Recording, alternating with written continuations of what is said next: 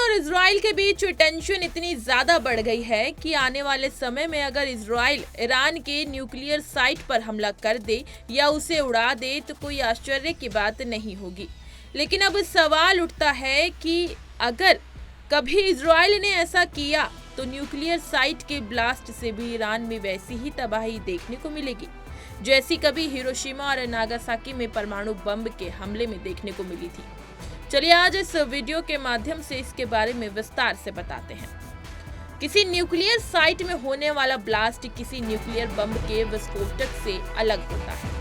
दरअसल जब किसी न्यूक्लियर बम में विस्फोट होता है तो नाभिक एक दूसरे के करीब आ जाते हैं, जिससे न्यूट्रॉन की संख्या बहुत ज्यादा बढ़ जाती है। इसके बाद न्यूट्रॉन अन्य नाभिकों को प्रभावित करते हैं और फिर विस्फोट की एक चेन बन जाती है, जबकि किसी न्यूक्लियर साइट के ब्लास्ट में ऐसा नहीं होता। अगर इजराइल ईरान के न्यूक्लियर साइट को उड़ाता है तो ब्लास्ट न्यूक्लियर ब्लास्ट जैसा नहीं होगा, लेकिन ये जरूरी है कि इस ब्लास्ट में न्यूक्लियर साइट के आसपास के इलाके में रेडियोएक्टिव तत्वों की भरमार हो जाएगी और इससे आम लोग गंभीर रूप से प्रभावित हो सकते हैं। इसके अलावा इससे वातावरण भी प्रदूषित हो जाएगा और ये मानव स्वास्थ्य के लिए बेहद हानिकारक होगा। न्यूक्लियर साइट में ब्लास्ट होने पर ईरान को आर्थिक नुकसान भी बहुत अधिक होगा। ईरान के अपने न्यूक्लियर साइट को लेकर चिंतित होना जायज है।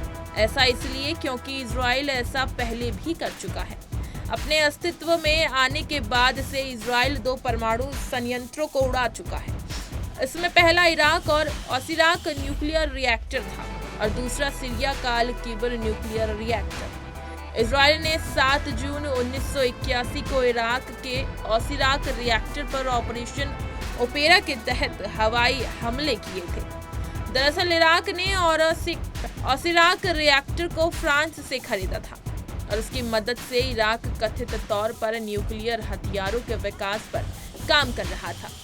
इजराइल ने इस हमले के पीछे तर्क दिया था कि इराक के पास न्यूक्लियर हथियार विकसित करने की क्षमता थी, जिससे क्षेत्रीय सुरक्षा के लिए खतरा पैदा हो सकता था। इजराइल का दूसरा हमला साल 2007 में सीरिया के अल किबर न्यूक्लियर रिएक्टर पर हुआ था।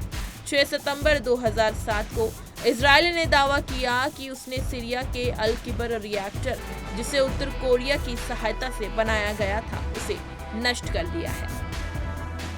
ईरान को अपने न्यूक्लियर साइट को लेकर चिंतित होना जायज है। ऐसा इसलिए क्योंकि इजराइल कुछ देशों के साथ ऐसे पहले भी कर चुका है। अस्तित्व में आने के बाद से इजराइल 2 परमाणु संयंत्रों को उड़ा चुका है। आपको बता दें, किसी न्यूक्लियर साइट में होने वाला ब्लास्ट किसी न्यूक्लियर बम के विस्फोट से अलग होता है, क्योंकि जब किसी न्यूक्लियर बम का विस्फोट होता है तो नाभिक एक दूसरे के करीब आ जाते हैं, जिससे न्यूट्रॉन की संख्या बहुत ज्यादा बढ़ जाती है। इसके बाद न्यूट्रॉन अन्य नाभिकों को प्रभावित करते हैं और फिर विस्फोट की एक चेन बन जाती है, जबकि किसी न्यूक्लियर साइट के ब्लास्ट में ऐसा नहीं होता है।